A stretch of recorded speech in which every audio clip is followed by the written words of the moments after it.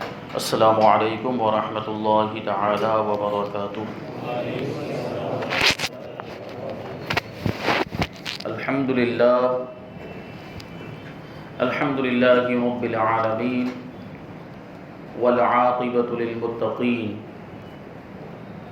والصلاة والسلام علی سید الانبیاء والمرسلین وعلی آلہ واصحابہ اجمعین، اما بعد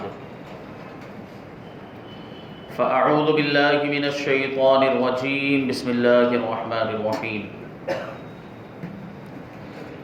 شہر رمضان الذی انزل فیہ القرآن ھدی للناس وبینات من الھدی والفرقان۔ صدق اللہ مولانا العظیم وصدق رسولہ النبی الامین المتین الکریم، ونحن على ذلك لمن الشاهدین والشاکرین والذاکرین والحامدین والحمد للہ رب العالمین۔ آئیے ہم اور آپ سب سے پہلے حضور سرور کائنات، فخر موجودات، باعث تخلیق کائنات، احمد مجتبی محمد مصطفیٰ صلی اللہ علیہ وسلم کی بارگاہ بے کس پناہ میں جھوم جھوم کر درود و سلام کا نذرانہ عقیدت پیش کریں اور پڑھیں اللہم صلی علی سیدنا و مولانا محمد معدن الجود والکرم وآلہ الکرام وابنہ الکریم وبارک وسلم صلاة و سلام علیک یا رسول اللہ صلی اللہ تعالی علیہ وسلم۔ عزیزان ملت اسلامیہ، جیسا کہ آپ سب جانتے ہیں کہ رمضان کا برکتوں والا، رحمتوں والا مہینہ جلوہ فگن ہو چکا ہے۔ اللہ تبارک و تعالیٰ کی رحمتوں میں اور اس کی برکتوں کی بارشوں میں نہا رہے ہیں۔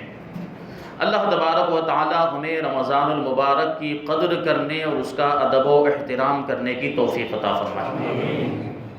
اللہ تبارک و تعالیٰ رمضان المبارک میں ہمیں عبادتیں کرنے اور رمضان المبارک کے پورے روزے رکھنے کی توفیق عطا فرمائے، گناہوں سے بچنے اور نیکیاں کرنے کی توفیق عطا فرمائے، اور ہماری پوری زندگی کو رمضان کی طرح بنا دے۔ یعنی جس طریقے سے ہم رمضان میں عبادتیں کرتے ہیں، جس طریقے سے ہم رمضان میں گناہوں سے بچتے ہیں، رمضان میں زیادہ سے زیادہ نیکیوں کے کام کرنے کی کوشش کرتے ہیں، ہمیں چاہیے کہ ہم اپنی پوری زندگی رمضان ہی کی طرح عبادتیں کریں اور رمضان ہی کی طرح گناہوں سے بچنے کی کوشش کریں اور زیادہ سے زیادہ نیکیاں کرنے کی کوشش کریں، تو پھر ہماری زندگی کامیاب ہو جائے گی۔ وہ کہتے ہیں، بزرگوں نے کہا ہے کہ اپنی پوری زندگی کو رمضان کی طرح بنا لو تو انشاءاللہ موت عید کی طرح ہوگی۔ عید انعام کا دن ہوتا ہے۔ اللہ تبارک و تعالیٰ روزے داروں کو عید کے دن جو ہے کہ ثواب عطا فرماتا ہے، ان کے روزوں کا انعام عطا فرماتا ہے، اور ان کے روزے رکھنے کی وجہ سے اللہ تبارک و تعالیٰ جنت کا حقدار بنا دیتا ہے۔ تو اگر پوری زندگی ہم رمضان کی طرح بنا لیں تو انشاءاللہ ہماری جو موت ہے وہ عید کی طرح ہوگی، یعنی پھر ہمیں موت کا کوئی خوف نہیں ہوگا، موت کے بعد قبر کے عذاب کا کوئی خوف نہیں ہوگا، حشر کے عذاب کا اور جہنم کے عذاب کا کوئی خوف نہیں ہوگا۔ اللہ تبارک و تعالی ہم سب کو توفیق عطا فرمائے۔ تو ایسا برکت والا مہینہ رمضان کا مہینہ اللہ تبارک و تعالی نے زندگی میں ہمیں پھر ایک بار عطا فرمائے۔ دعا کرتے ہیں کہ اللہ تبارک و تعالی ہمیں بار بار زندگی میں یہ مہینہ دیکھنا نصیب فرمائے، لیکن اس کے ساتھ خاص یہ بھی دعا کرتے ہیں کہ اللہ تبارک و تعالی اس کی پہلے جیسی بہاریں اور پہلے جیسی رونقیں ہمیں عطا فرمائے۔ جس طریقے سے آج جو ہے یہ کچھ رکاوٹیں آ گئی، جو کرفیو اور لاک ڈاؤن کی وجہ سے بعض عبادتیں ہم نہیں کر پا رہے، تراویح کی نماز میں جیسے رکاوٹیں ہیں کہ ہم پہلے جس طریقے سے تراویح کی نماز پڑھتے تھے اب اس طریقے سے تراویح کی نمازیں نہیں پڑھ پا رہے ہیں، اللہ تبارک و تعالیٰ کی بارگاہ میں دعا کرتے ہیں کہ اللہ رمضان کے صدقے میں، اس مبارک مہینے کے صدقے میں وہ ساری رکاوٹیں دور فرمائے، اور آئندہ کبھی بھی ایسے حالات ہمیں دیکھنا نصیب نہ ہو جو ایسے جو ہے کہ گفتابی حالات جو تھے، دشوار حالات تھے، اللہ تبارک و تعالیٰ کبھی ایسے حالات ہمیں زندگی میں نہ دکھائے۔ یہ ایسا برکتوں والا مہینہ ہے، اور اس کی عظمتیں اور اس کی شان و شوکت آپ دیکھیں تو دنیا کے اندر اللہ تبارک و تعالیٰ نے لوگوں کی ہدایت و رہنمائی کے لیے کم و بیش 1,24,000 انبیاء کرام کو بھیجا۔ وہ آئے دنیا میں اور لوگوں کی ہدایت و رہنمائی کا فریضہ انجام دیا، لیکن سب سے آخر میں ہمارے آقا حضور رحمت عالم صلی اللہ علیہ وسلم تشریف لائے جو خاتم النبیین ہے. آپ کے بعد کوئی نبی نہیں ہو سکتا ہے، اور یہ متفق ہے، یہ اجماعی مسئلہ ہے کہ ہمارے آقا حضور رحمت عالم صلی اللہ علیہ وسلم سارے نبیوں میں سب سے افضل و اعلیٰ ہے. سب نبیوں میں سب سے بڑا مرتبہ اگر کسی کا ہے تو ہمارے آقا کا ہے، بلکہ آپ سارے نبیوں کے سردار ہیں، سارے رسولوں کے بھی سردار ہیں، یعنی سب سے افضل نبی آپ ہیں. اور پھر آپ غور کریں تو ہمارے آقا حضور رحمت عالم صلی اللہ علیہ وسلم پر جو کتاب نازل کی گئی قرآن مجید، وہ ساری کتابوں میں سب سے افضل اور سب سے اعلیٰ، سب سے بڑے مرتبے والی ہے.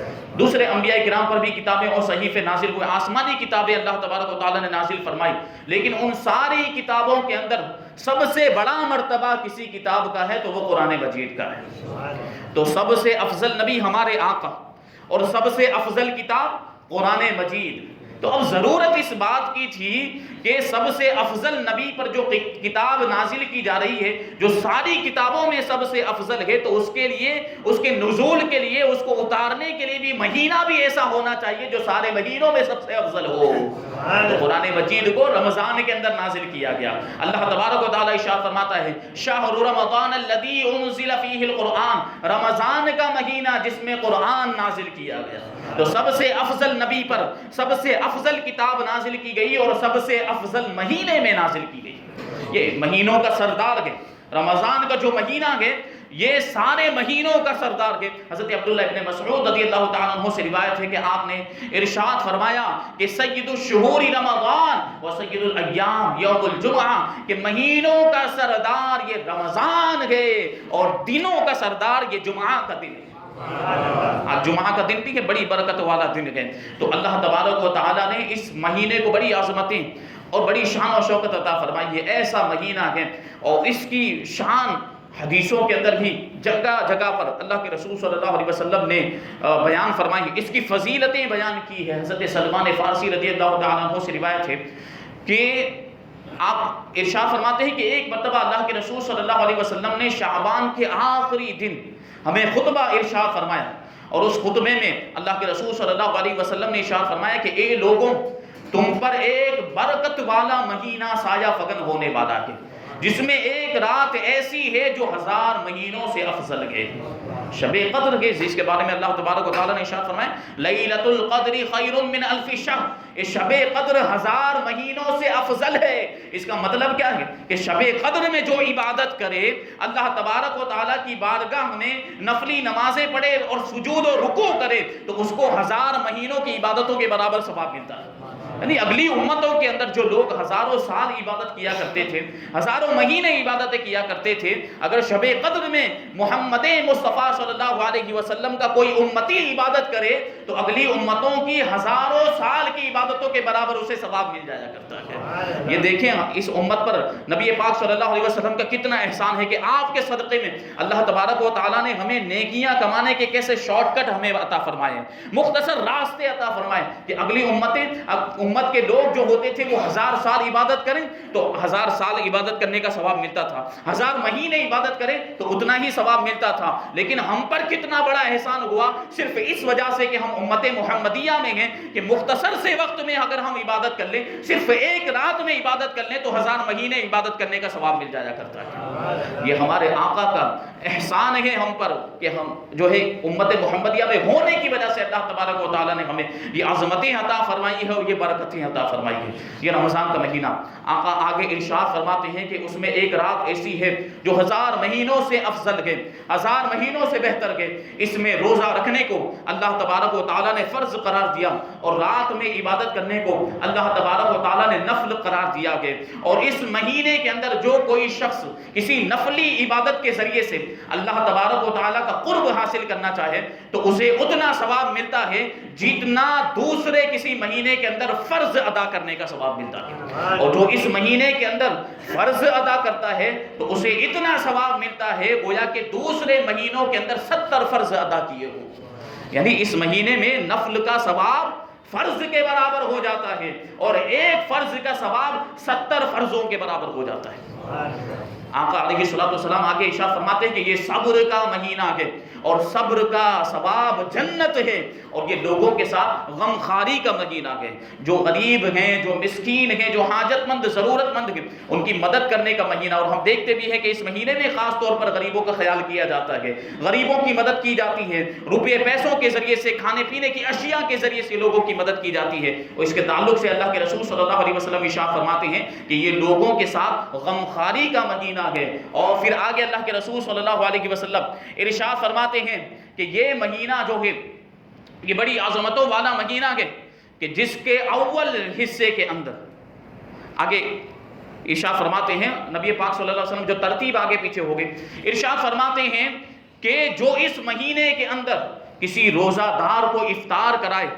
تو اس کے سارے گناہ معاف کر دیے جاتے ہیں، اور اس کی گردن کو آگ سے آزاد کر دیا جاتا ہے، اور اسے بھی روزے دار کے برابر ثواب ملتا ہے، اور روزے دار کے ثواب میں کچھ کمی بھی نہیں ہوتی۔ تو صحابہ کرام نے عرض کیا، یا رسول اللہ، ہم میں سے ہر کسی کے پاس تو یہ طاقت نہیں ہے کہ روزے دار کو پیٹ بھر کے کھانا کھلا سکے۔ تو اللہ کے رسول صلی اللہ علیہ وسلم نے ارشاد فرمایا کہ یہ ثواب تو اللہ تبارک و تعالیٰ اس کو بھی عطا فرمائے گا جو کسی روزے دار کو ایک کھجور کھلا دے، یا ایک گھونٹ پانی، یا ایک گھونٹ دودھ ہی پلا دے۔ روزے دار کو اگر ہم ایک گھونٹ پانی بھی پلا دیتے ہیں، یا ایک گھونٹ دودھ پلا دیتے ہیں، یا ایک کھجور بھی کھلا دیتے ہیں، تو اللہ تبارک و تعالیٰ ہمارے سارے صغیرہ گناہوں کو اس کی برکت سے معاف فرما دیتا ہے۔ یہ شان ہے افطار کرانے کی، یہ برکت ہے۔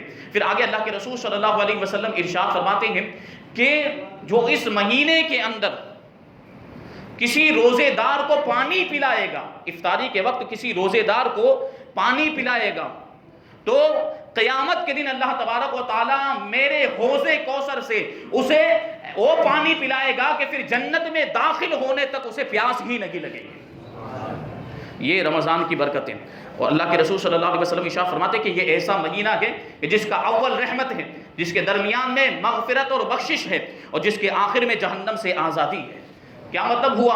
یعنی شروع کے جو 10 دن ہیں اسے عشرہ رحمت کہا جاتا ہے کہ یہ رحمت کے 10 دن ہیں، کہ ان 10 دنوں کے اندر اگر کوئی اللہ تبارک و تعالیٰ کی فرما برداری کے کام کرتا ہے، پورے روزے رکھتا ہے، ساری نمازیں پڑھتا ہے، اور گناہوں سے بچتا ہے، تو اللہ کی رحمت کا مستحق اور حقدار ہو جاتا ہے۔ اور دوسرے جو 10 دن ہیں جو 11ویں روزے سے شروع ہوتے ہیں، وہ 10 دن ہے، یہ مغفرت کے 10 دن ہیں، یعنی ان 10 دنوں کے جو حقوق ادا کرتا ہے تو وہ اللہ تبارک و تعالیٰ کی طرف سے مغفرت کا مستحق ہو جایا کرتا ہے۔ اور جو آخری 10 دن ہیں ان میں کوئی جو ہے روزوں کی پابندی کرتا ہے، نمازوں کی پابندی کرتا ہے، سارے اس کے حقوق ادا کرتا ہے، تو وہ جہنم سے آزادی کا مستحق ہو جایا کرتا ہے۔ یہ ایسا برکتوں والا مہینہ، اللہ کے رسول صلی اللہ علیہ وسلم آگے ارشاد فرماتے ہیں کہ جو اس مہینے میں اپنے غلام کا بوجھ ہلکا کر دے تو اللہ تبارک و تعالیٰ اس کی گردن کو جہنم سے آزاد فرما دے گا۔ یہ شان ہے اس مہینے کی۔ تو غلاموں کا تو زمانہ نہیں ہے، لیکن اگر اس ثواب کو ہم حاصل کرنا چاہتے ہیں تو بعض اوقات ایسا ہوتا ہے کہ ہم سیٹ ہوتے ہیں، ہم باس ہیں، تو ہمارے تحت بہت سے لوگ کام کرتے ہیں، کچھ لوگوں کے تحت نوکر ہوتے ہیں، کچھ لوگوں کے تحت ان کے ملازم ہوتے ہیں، ان کے یہاں پر ان کے ایمپلائیز ہوتے ہیں۔ تو ایسی صورت میں رمضان کے مہینے میں اگر ہمارے ملازم مسلمان ہیں اور روزے دار کے روزہ رکھے ہوئے ہیں تو انہیں کام میں آسانی کرنی چاہیے، ان کے کام کے بوجھ کو ہلکا کر دینا چاہیے، تو اس کی برکت سے اللہ تبارک و تعالی ہماری گردن سے گناہوں کا بوجھ ہلکا کر دے گا۔ یہ شان ہے رمضان کے مہینے کی، اور ایسی برکتیں اس مہینے کے اندر رکھی ہے۔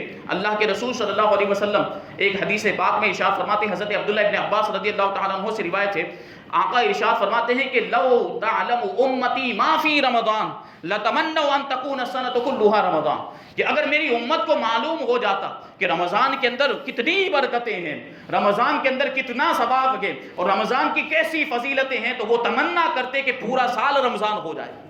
لِأَنَّ الْحَسَنَةَ فِيهِ مُجْتَمِعَةٌ، اس لیے کہ اس مہینے کے اندر نیکیاں جمع کر دی جاتی ہیں۔ اب آپ دیکھیں نیکیوں کے مختلف طریقے ہیں، مختلف جو نیکیوں کے عمل ہیں، اعمال ہیں، تو آپ دیکھیں رمضان کے اندر سارے اعمال جمع کر دیے جاتے ہیں۔ اس مہینے کے اندر لوگ نمازوں کی طرف رغبت کرتے ہیں، نمازوں کی پابندی کرتے ہیں۔ اس مہینے کے اندر جو دوسری عبادت ہے روزے، وہ بھی اس مہینے کے اندر رکھے جاتے ہیں، بلکہ رمضان کے روزے فرض کر دیے گئے ہیں۔ اور اس مہینے کے اندر لوگ صدقات و خیرات بھی خوب کرتے ہیں، زکوٰۃ بھی ادا کرتے ہیں، غریبوں کی مدد بھی کرتے ہیں، بھوکوں کو کھانا بھی کھلاتے ہیں۔ اس مہینے کے اندر حج تو نہیں کیا جا سکتا ہے، لیکن لوگ اس مہینے کے اندر کثرت کے ساتھ عمرہ بھی کیا کرتے ہیں۔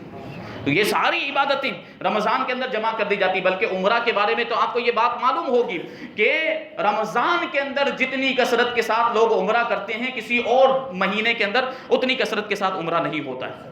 آج یہ عمرے پر بھی پابندی لگی ہوئی ہے. اللہ تبارک و تعالیٰ یہ ساری پابندیاں دور فرما دے اور پہلے جیسا ماحول اللہ تبارک و تعالیٰ ہمیں عطا فرما دے. تو یہ عظمتوں والا مہینہ اللہ کے رسول صلی اللہ علیہ وسلم ارشاد فرماتے ہیں کہ لِأَنَّ الْحَسَنَةَ فِيهِ مُجْتَمِعَةٌ, کہ اس میں ساری نیکیاں جمع کر دی جاتی ہیں. وَالطَّاعَةَ مَقْبُولَةٌ, اور اس میں اطاعت و فرما برداری کے جتنے بھی کام کیے جائیں سب اللہ کی بارگاہ میں مقبول ہوا کرتے ہیں. وَالدَّعْوَاتُ مُسْتَجَابَةٌ, اور جو بھی دعائیں کی جائیں رمضان کے مہینے میں وہ اللہ کی بارگاہ میں مقبول ہو جاتی ہیں اور ان دعاؤں کا صلہ اللہ تبارک و تعالیٰ عطا فرما دیتا ہے. وَالذُّنُوبُ مَغْفُورَةٌ, اور اس مہینے کے اندر گناہوں کو معاف کر دیا جاتا ہے. وَالْجَنَّةُ مُشْتَاقَةٌ لَهُمْ, اور جنت ایمان والوں کی مشتاق ہوا کرتی ہے.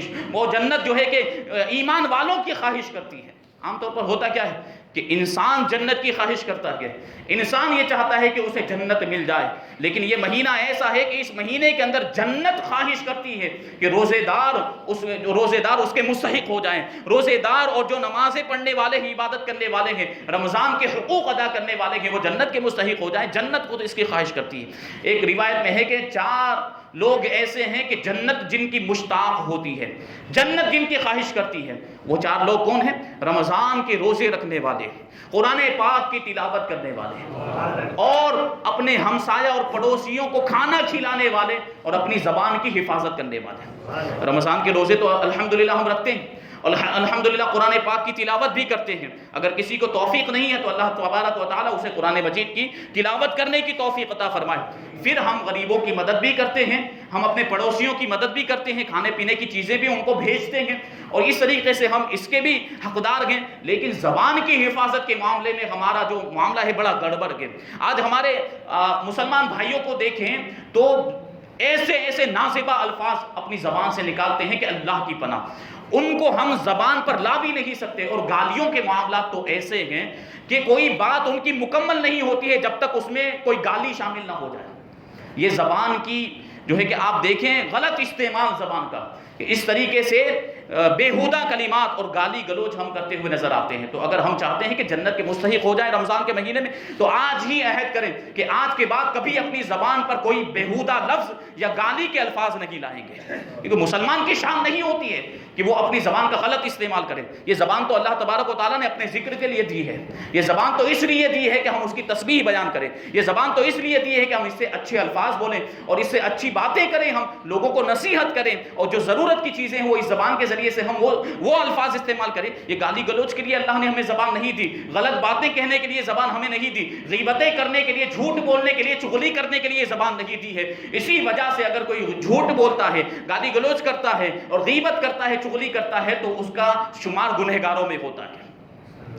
تو ہمیں عہد کرنا ہے کہ ہم اپنی زبان کی حفاظت کریں گے. یہ ایسا برکتوں والا مہینہ, اللہ کے رسول صلی اللہ علیہ وسلم ارشاد فرماتے ہیں کہ رغم انف رجل لحقہ ذل وحقارہ ذکرت عندہ ولم یصلی علیہ, کہ اس شخص کی ناک خاک آلود ہو جائے, یعنی وہ ہلاک ہو جائے, تباہ و برباد ہو جائے, وہ ذلت و ذلیل و رسوا ہو جائے, کہ جس کے سامنے میرا ذکر کیا جائے اور وہ مجھ پر درود نہ پڑھے. کیونکہ درود کی بات آ گئی ہے اور نبی پاک صلی اللہ علیہ وسلم کا ذکر بھی کب سے ہو رہا ہے. ایک مرتبہ درود پاک پڑھ لیجیے. اللہم صلی علی سیدنا و مولانا محمد معدن الجود والکرم وآلہ الکرام وابنہ الکریم وبارک وسلم صلاۃ و سلام علیک یا رسول اللہ صلی اللہ تعالی علیہ وسلم. حضور اقدس صلی اللہ علیہ وسلم ارشاد فرماتے ہیں کہ وہ شخص ہلاک و برباد ہو جائے, ذلیل و رسوا ہو جائے, کہ جس کے سامنے میرا ذکر کیا جائے اور وہ مجھ پر درود نہ پڑھے. وَرَغِمَ أَنْفُ رَجُلٍ وَعِنْدَهُ أَبَوَاهُ أَوْ أَحَدُهُمَا فَلَمْ يَعْمَلْ فِي حَقِّهِمَا عَمَلًا يَدْخُلُ بِسَبَبِهِ الْجَنَّةَ. اور اس شخص کی ناک بھی خاک آلود ہو جائے, وہ شخص بھی ذلیل و رسوا ہو جائے جس کے پاس اس کے ماں باپ ہوں یا ماں باپ میں سے کوئی ایک ہو, اور ان کے حق میں وہ کوئی ایسا عمل نہ کرے جس عمل کے ذریعے وہ جنت میں داخل ہو جائے.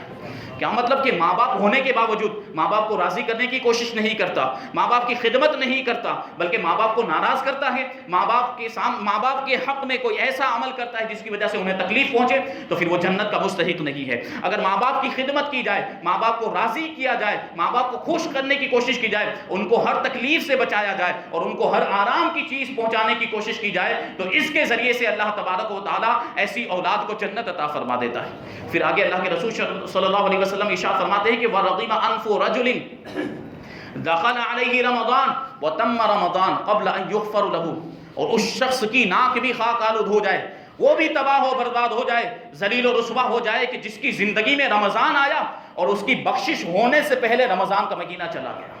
کیا مطلب کہ یہ بڑا غنیمت کا موقع ہے، یہ بخشش کا مہینہ ہے، اور یہ مہینہ ہماری زندگی میں آیا ہے تو ہمیں اسے غنیمت جاننا چاہیے، اور اس مہینے میں اپنے گناہوں کی معافی طلب کرنی چاہیے، توبہ اور استغفار کرنا چاہیے۔ لِأَنَّ رَمَضَانَ شَهْرُ مَغْفِرَةٍ وَرَحْمَةٍ مِّنَ اللَّهِ تَعَالَى، اللہ کے رسول صلی اللہ علیہ وسلم ارشاد فرماتے ہیں کہ رمضان کا جو مہینہ ہے یہ اللہ تبارک و تعالیٰ کی رحمت اور مغفرت کا مہینہ ہے، اور اس مہینے کے اندر بھی اگر کسی کی بخشش نہیں ہوتی ہے تو وہ بہت بڑے گھاٹے میں گئے، وہ بہت بڑے خسارے میں گئے۔ یہ اتنا عظیم مہینہ ہمیں، ایسا برکتوں والا مہینہ ہمیں عطا فرمایا اللہ تبارک و تعالیٰ نے، اس کے باوجود بھی کوئی اگر اس کی قدر نہیں کرتا اور اس کے باوجود بھی اپنے گناہوں سے توبہ نہیں کرتا، معافی طلب نہیں کرتا، مغفرت طلب نہیں کرتا، تو اس سے بڑا نقصان والا کوئی شخص نہیں ہو سکتا ہے۔ یہ دیکھیں رمضان کی عظمتیں، اور پھر اللہ کے رسول صلی اللہ علیہ وسلم نے ارشاد فرمایا کہ اذا جاء رمضان فتحت ابواب السماء وفي روایت فتحت ابواب الجنہ وغلقت ابواب جہنم وسلسلت الشیاطین، کہ جب رمضان کا مہینہ آتا ہے تو آسمان کے دروازے کھول دیے جاتے ہیں، اور ایک روایت میں ہے کہ جنت کے دروازے کھول دیے جاتے ہیں، جہنم کے دروازے بند کر دیے جاتے ہیں، اور شیطان کو زنجیروں میں جکڑ دیا جاتا ہے۔ ایسا مہینہ، رحمتوں کا نزول اس مہینے کے اندر عام طور پر ہوتا ہے۔ اب سوال یہ پیدا ہوتا ہے کہ شیطان کو جب زنجیروں میں جکڑ دیا جاتا ہے تو پھر لوگ گناہوں کے کام کیوں کرتے ہیں؟ تو یہ بات ذہن میں رہنی چاہیے کہ سارے گناہ صرف شیطان کی وجہ سے نہیں ہوتے، یہ ہماری شامت نفس کی بھی وجہ سے ہوتے ہیں، ہماری غلط عادتوں کی وجہ سے بھی ہوتے ہیں، ہماری جو ہے خواہشات نفسانی کی وجہ سے بھی ہوتے ہیں۔ سارے گناہوں کے اندر شیطان کا دخل نہیں ہوتا۔ پھر اس کے بارے میں ایک روایت یہ بھی بیان کی گئی، اس کی تفسیر ایک یہ بھی بیان کی گئی ہے کہ وہ جو ظاہری، جو خارجی جو شیاطین ہوتے ہیں ان کو تو قید کر دیا جاتا ہے، لیکن جو اندرونی شیطان ہوتا ہے وہ قید نہیں کیا جاتا ہے، اس کی وجہ سے لوگ گناہوں میں مبتلا ہوتے ہیں رمضان کے مہینے کے اندر بھی۔ اور دوسری وجہ یہ بیان کی گئی ہے کیونکہ پورے 11 مہینے تک انسان گناہوں کے کام کرتا آتا ہے، تو اس کی وجہ سے گناہوں کا عادی ہو چکا ہوتا ہے، اس لیے رمضان میں بھی گناہوں کے کام کرتا ہے۔ تو اس سے ہمیں عبرت حاصل کرنی چاہیے کہ شیطان قید ہو چکا ہے، شیطان کو زنجیروں میں جکڑ دیا گیا، اس کے باوجود ہم گناہوں کے کام کر رہے ہیں، تو پھر اس سے افسوسناک بات اور کیا ہو سکتی ہے؟ ایسا مبارک مہینہ ہمیں اللہ تبارک و تعالیٰ نے ہمیں عطا فرمائے، تو اس کی قدر کرنی ہے، اس کا ادب و احترام کرنا ہے ہمیں۔ اس کا ادب و احترام اگر ہم کریں گے تو اللہ تبارک و تعالیٰ اس کے ادب و احترام کے بدلے میں کیسے کیسے انعام عطا فرماتا ہے۔ دیکھیے ایک مجوسی تھا بخارا کے اندر، یہ واقعہ آپ نے شاید سنا ہوگا۔ بخارا شہر کے اندر ایک مجوسی مطلب آگ کی پوجا کرنے والا، وہ بخارا شہر میں رہتا تھا، اس کا ایک لڑکا تھا، وہ ایک مرتبہ وہ مجوسی مسلمانوں کے بازار سے گزر رہا تھا رمضان کے مہینے میں۔ رمضان کے مہینے میں دن کے وقت جب روزے کا وقت ہوتا ہے، وہ مسلمانوں کے بازار سے گزر رہا تھا، تو اس نے اپنے بیٹے کو دیکھا کہ وہ بازار میں کھلے عام کھانا کھا رہا ہے، مسلمانوں کے سامنے کھانا کھا رہا ہے۔ تو مجوسی گیا اپنے بیٹے کے پاس اور اس کے گال پر ایک تماچا مار دیا اور کہا کہ رمضان کے مہینے کے اندر دن کے وقت مسلمانوں کے بازار میں تو کھانا کھا رکھا ہے جبکہ مسلمانوں نے روزہ رکھا ہوا ہے۔ تو پھر وہ بیٹا جواب دیتا ہے کہ آپ بھی تو کھانا کھاتے ہیں، آپ بھی تو رمضان کے مہینے میں دن کے وقت کھانا کھاتے ہیں، روزہ نہیں رکھتے ہیں، کیونکہ آپ مسلمان نہیں ہیں۔ تو اس مجوسی نے جواب دیا کہ ہاں میں بھی کھانا کھاتا ہوں، روزہ نہیں رکھتا، لیکن مسلمانوں کے سامنے نہیں کھاتا، میں اپنے گھر میں بیٹھ کر کھاتا ہوں اور اس رمضان مہینے کا ادب و احترام کیا کرتا ہوں۔ وہ مجوسی تھا، آگ کی پوجا کرنے والا، مشرک تھا۔ ایک عرصے کے بعد اس کا انتقال ہو گیا، تو بخارا کے ایک بزرگ نے اس کو خواب میں دیکھا کہ جنت میں ٹہل رہا ہے، وہ جنت میں گھوم رہا ہے۔ تو وہ جو بزرگ تھے انہوں نے پوچھا کہ تو مجوسی تھا، تو مشرک تھا، جنت میں کیسے آ گیا؟ تو اس نے جواب دیا کہ یقیناً میں مشرک تھا، میں مجوسی تھا، لیکن رمضان کے احترام کی برکت سے موت کے وقت اللہ تبارک و تعالیٰ نے مجھے کلمہ نصیب فرمایا گیا، اور رمضان کے ادب و احترام کی وجہ سے میں مسلمان ہو کر، ایمان والا ہو کر مرا ہوں، اسی وجہ سے اللہ تبارک و تعالیٰ نے مجھے جنت عطا فرمائی ہے۔ یہ رمضان کے احترام کی برکت ہے۔ یہ رمضان کا اگر ہم ادب کرتے ہیں تو اللہ تبارک و تعالیٰ ہمیں ایسے انعامات عطا فرماتا ہے۔ ایک حدیث پاک میں اللہ کے رسول صلی اللہ علیہ وسلم ارشاد فرماتے ہیں کہ نادا منادن من السماء کل لیلۃ الی انفجار الصبح یا باغی الخیر تمم وابشر یا باغی الشر اقصر وابصر۔ رمضان کے مہینے میں روزانہ رات کو اللہ تبارک و تعالیٰ کی طرف سے ایک ندا کرنے والا صبح صادق طلوع ہونے تک ندا کرتا ہے، اعلان کرتے ہوئے کہتا ہے کہ اے بھلائی طلب کرنے والے، تم اپنی طلب کو اب ختم کر لو، اور تمہیں بشارت ہے، تمہیں خوشخبری ہے۔ اور ایک برائی طلب کرنے والے کہ اپنی اس طلب سے باز آ جا اور عبرت حاصل کر لے۔ حل من مستغفر یغفر له، حل من تائب یتاب علیہ، حل من داع یستجاب له، حل من سائل یعطى سؤله۔ ہے کوئی مغفرت طلب کرنے والا کہ اس کی مغفرت کر دی جائے، ہے کوئی توبہ کرنے والا کہ اس کی توبہ قبول کر لی جائے، ہے کوئی دعا کرنے والا کہ اس کی دعا قبول کر لی جائے، ہے کوئی مانگنے والا کہ اس کی مانگی ہوئی چیز اسے عطا فرما دی جائے۔ وَلِلَّهِ عَزَّ وَجَلَّ عِنْدَ كُلِّ فِطْرٍ مِّن شَهْرِ رَمَضَانَ كُلَّ لَيْلَةٍ وَتَقَاءُ مِنَ النَّارِ 60 أَلْفًا۔ اور اللہ تبارک و تعالی رمضان کے مہینے میں روزانہ رات کو افطار کے وقت 60,000 لوگوں کو جہنم سے آزاد فرما دیا کرتا ہے۔ وَإِذَا كَانَ يَوْمُ الْفِطْرِ اعتق الله مثل ما اعتق في جميع الشهر 30 مرة 60 ألفا۔ اور جب عید الفطر کا دن آتا ہے تو اللہ تبارک و تعالیٰ اتنی تعداد میں گنہگاروں کو جہنم سے آزاد فرماتا ہے جتنی تعداد میں وہ پورے مہینے میں لوگوں کو جہنم سے آزاد فرما ہوتا ہے۔ یعنی روزانہ 60,000 کو آزاد کرتا ہے، اور جب عید کا دن آتا ہے تو پورے مہینے میں جتنے لوگوں کو جہنم سے آزاد کیا ہوتا ہے، عید الفطر کے دن اتنے لوگوں کو آزاد فرما دیتا ہے۔ اب آپ حساب لگائیں، 60,000 کو 30 میں اگر آپ ضرب دیں، ملٹی پلائی کریں تو یہ ہوتا ہے 18 لاکھ۔ 18 لاکھ لوگوں کو عید کے دن اللہ تبارک و تعالیٰ جہنم سے آزادی عطا فرماتا ہے۔ تو یہ تو وہ لوگ ہیں جن کی تعداد بتا دی گئی، لیکن اس کے علاوہ جو اس سے اوپر فرمایا گیا کہ ہے کوئی مغفرت طلب کرنے والا کہ اس کی مغفرت کر دی جائے، ہے کوئی توبہ کرنے والا کہ اس کی توبہ کو قبول کر لیا جائے، اس کی کوئی تعداد نہیں۔ جو بھی مغفرت طلب کرے گا اور جو بھی توبہ کرے گا، اللہ تبارک و تعالیٰ کے فضل سے امید ہے کہ اللہ تبارک و تعالیٰ اس کے گناہوں کو معاف فرما دے گا اور اس کی توبہ کو قبول فرمائے گا۔ تو ہمیں اس مہینے کی قدر کرنی ہے، اور اس مہینے میں خاص طور پر ہمیں اللہ تبارک و تعالیٰ کی عبادتیں کرنی، نمازیں پڑھنی ہے، سارے روزوں کی پابندی کرنی ہے، گناہوں سے بچنا ہے اور نیک کام کرنے ہیں۔ اللہ تبارک و تعالیٰ ہم سب کو نیک عمل کرنے کی توفیق عطا فرمائے اور گناہوں سے بچنے کی توفیق عطا فرمائے۔ وما علینا الا البلاغ۔